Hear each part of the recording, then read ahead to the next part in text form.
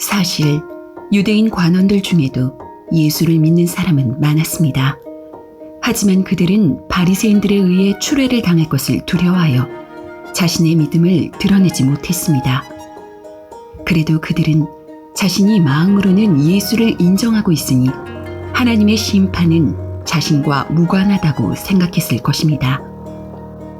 그러나 하나님은 그들처럼 빛과 어둠 사이에서 애매하게 처신하는 자들을 그냥 그 자리에 있게 하지 않으시고 모든 것을 분명히 드러내십니다. 하나님은 그를 사랑하지 않는 자들이 하늘에 들어오는 것을 원치 않으시기 때문입니다. 신앙에 대해 애매한 모습을 보이는 것은 단지 과거 유대인 관원들만의 문제가 아닙니다.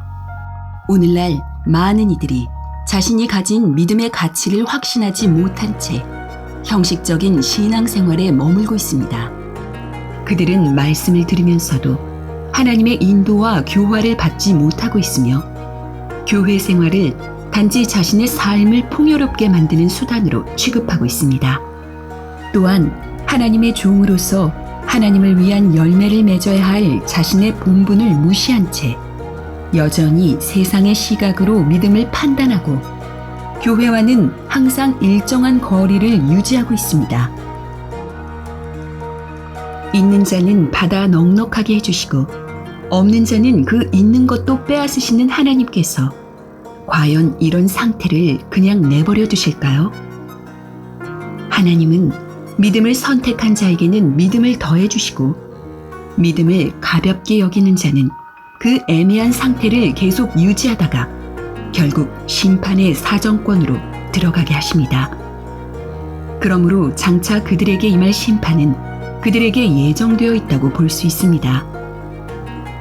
그러나 그들이 아무런 핑계도 댈 수 없는 것은 그 심판을 선택한 사람은 바로 자신이기 때문입니다.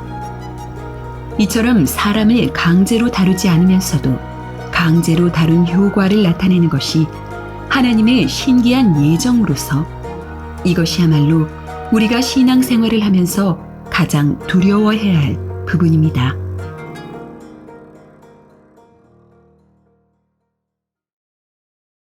예수의 수많은 이적을 보면서도 끝내 그를 믿지 않은 유대인들이야말로 심판의 예정 안에 있는 사람들이었습니다.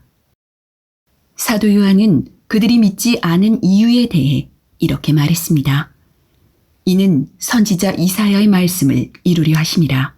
가로되 주여 우리에게 들은 바를 누가 믿었으며 주의 팔이 네게 나타났나이까 하였더라.